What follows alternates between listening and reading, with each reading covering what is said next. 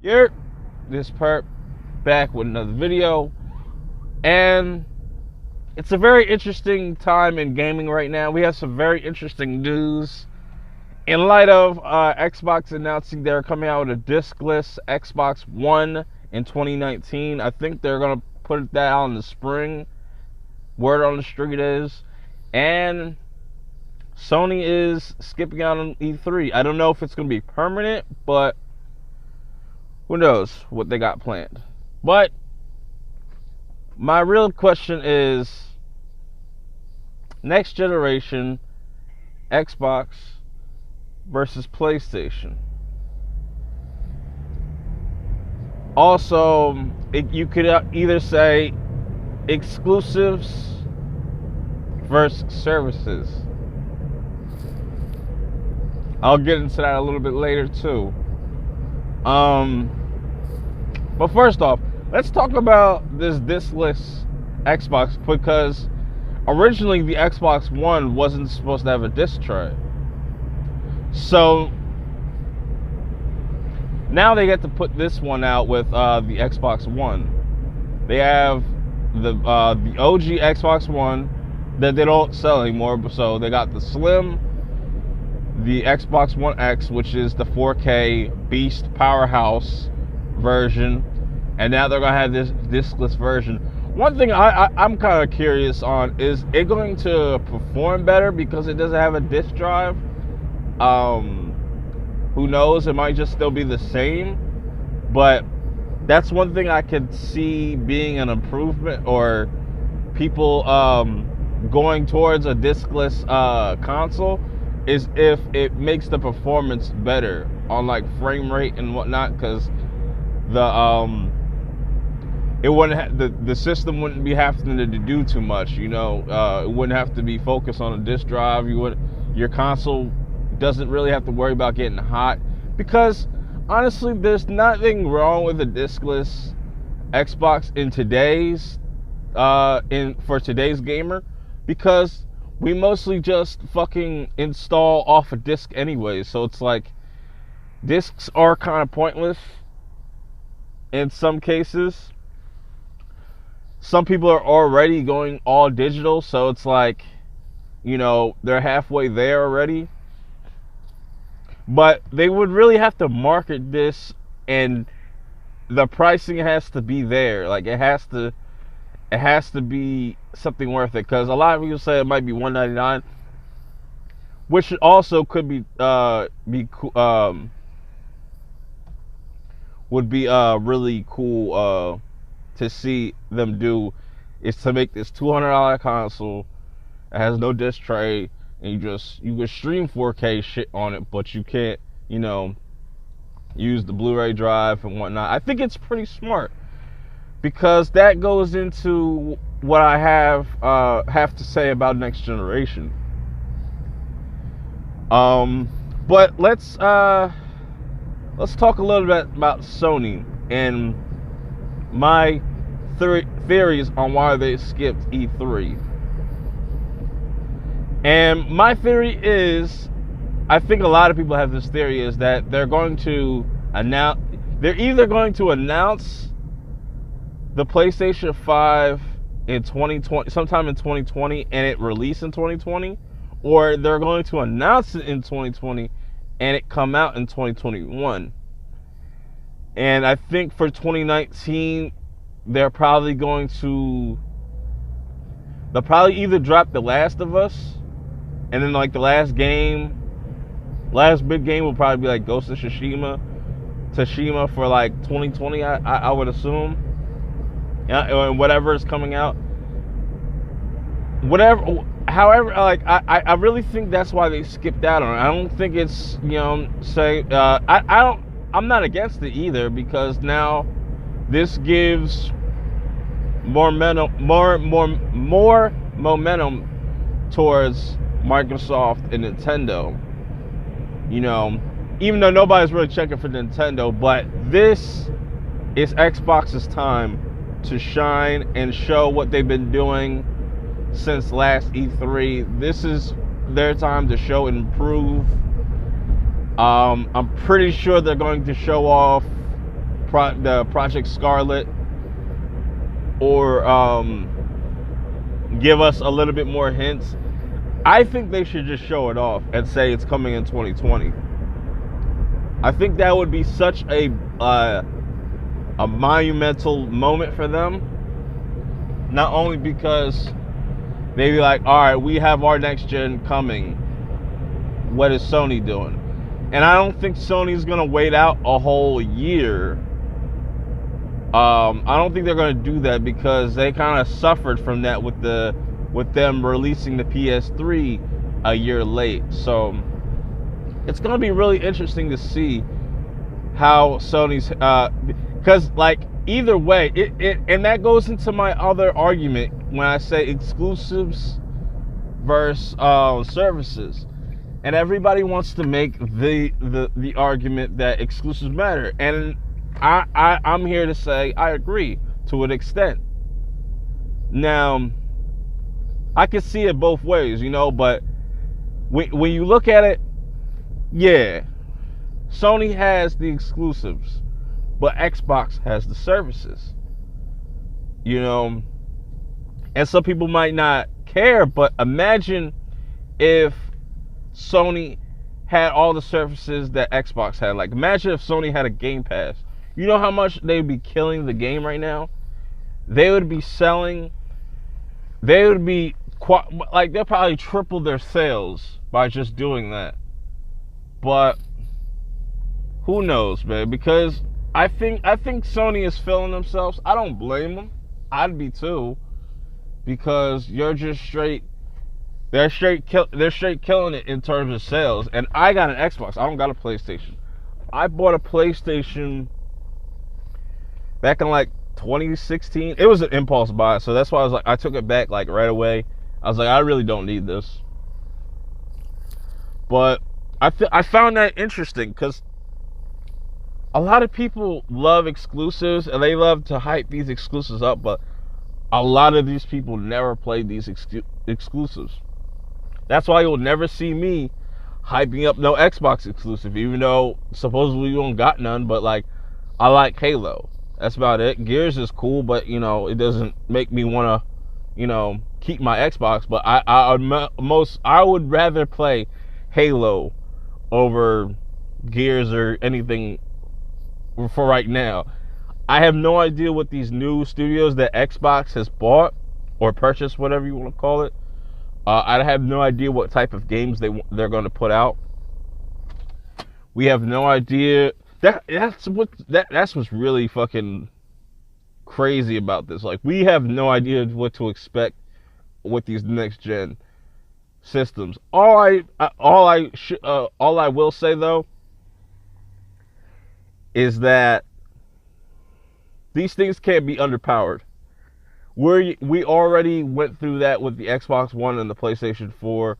We already know they are underpowered dog shits, even though they're capable of putting out amazing looking titles, amazing looking games, but that's all cool, but they're still limited to what you could do as far as frame rate, and like just stability.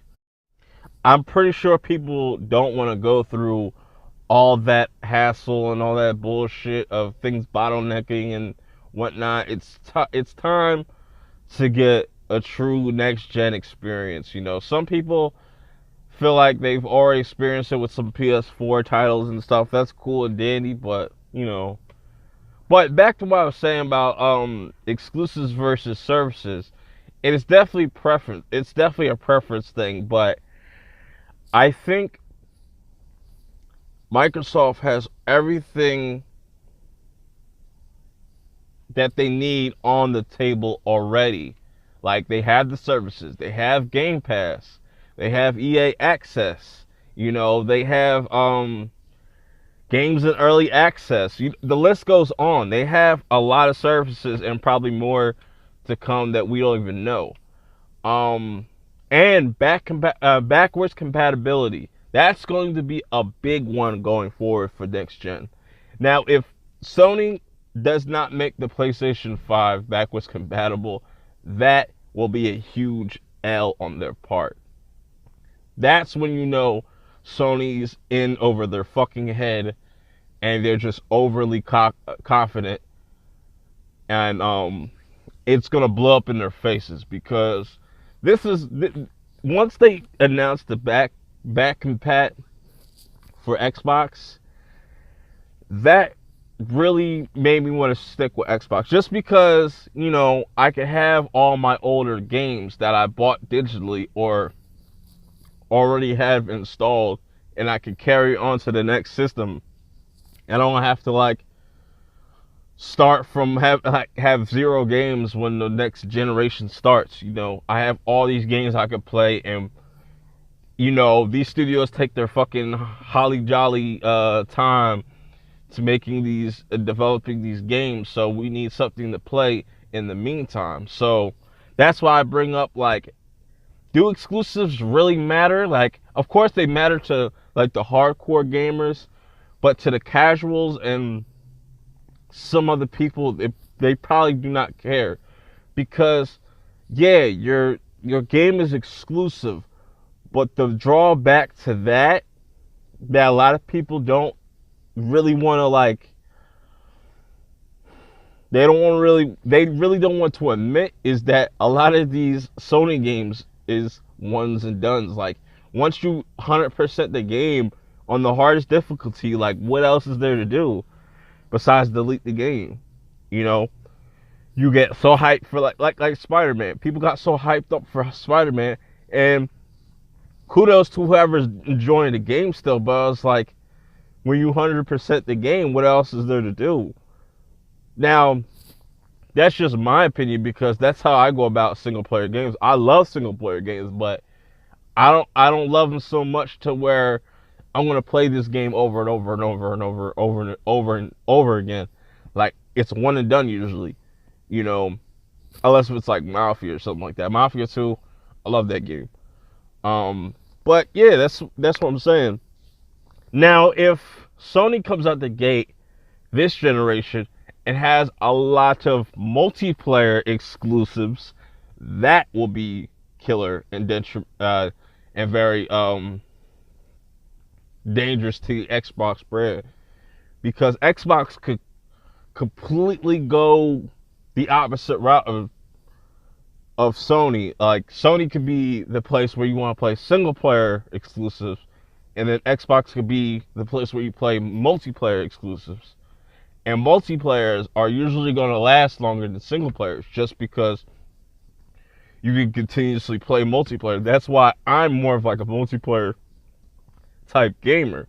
That's just how it is. I like interacting with other people. You know, I don't like to just be by myself like all the fucking time. Like, that shit gets kind of like, I need something to, like, I don't know. I just need like some type of conversation while I'm gaming. I like that shit. Like, that's what I like, that side of gaming, like just the socializing, you know. But yeah, it's gonna be interesting to see what's gonna happen within the next 2 years, from 2019 to 2020. It's gonna be very interesting to see who pulls the trigger first. Who's gonna jump out the gate first? I think it's gonna be Xbox. It has to be Xbox. And Sony knows this, and I think that's why they're kind of playing it cool. They're pretty much like, Sony's playing dead right now. They're playing dead I'm not playing dead. I was just say they're playing possum right now. They're just trying to see where Xbox moves is, and then I think based on whatever Xbox shows, we're just gonna have to wait to see Sony's counter to that. But I'll probably do a follow-up video up on this. I didn't mean it to be this long. I'll probably just do a part 2 somewhere down the line, probably next year or something like that, when the discless Xbox comes out, or when we get the specs for that, or if it's gonna be anything crazy. But I kind of just wanted to throw things out there you know, with the discless thing. I think, and it's very but before I cut this off, I want to talk about the discless consoles again, a little bit once more. I think going forward, when the new Xbox is announced and it comes out, I think they'll have 3 different systems. They'll have the base, the entry level, which will have no disc tray, and then the middle one that has a disc tray, same specs, whatever, and yada yada, you know. And then they'll have like pretty much the X or the Pro version, you know. I think that would be an interesting way to tackle the market, you know, because then you'll get the people, because they'll be fairly priced, you know. You $300 for the discless version to start you off, $400 for the regular version, you know, and then if you want the maxed out version, $500, you know. I think that's a way they can really crush the market, or at least shake things up. Yeah, I kind of want to. I think that's where gaming is gonna go in the future. I don't think it's gonna go completely streaming just yet, but we'll definitely probably see a lot of studios try and test this out. And hey, and even just imagine if, and this just kind of came to me, they didn't put a 4K Blu-ray player in the Pro. So what's stopping Sony from releasing the PlayStation 5 without a disc tray? Would people still buy it? Let me know what you think in the comments below. This is Perp, and I'm out. Everybody bring food. Now your mama told you you won't be eating everybody's motherfucking food. Thanksgiving coming, you won't be going on everybody's house eating everybody's shit. Man, my auntie can't cook for shit. We've been going over this bitch house for 20-something years. This bitch food tastes like pure D shit. I told the family, I said, why the fuck we keep going over here? We trying to be nice. Fuck all that nice shit. I'm hungry, I want to eat some good shit. This bitch can't cook, you know it. Everybody sitting at the table, food stacked this goddamn high just looking.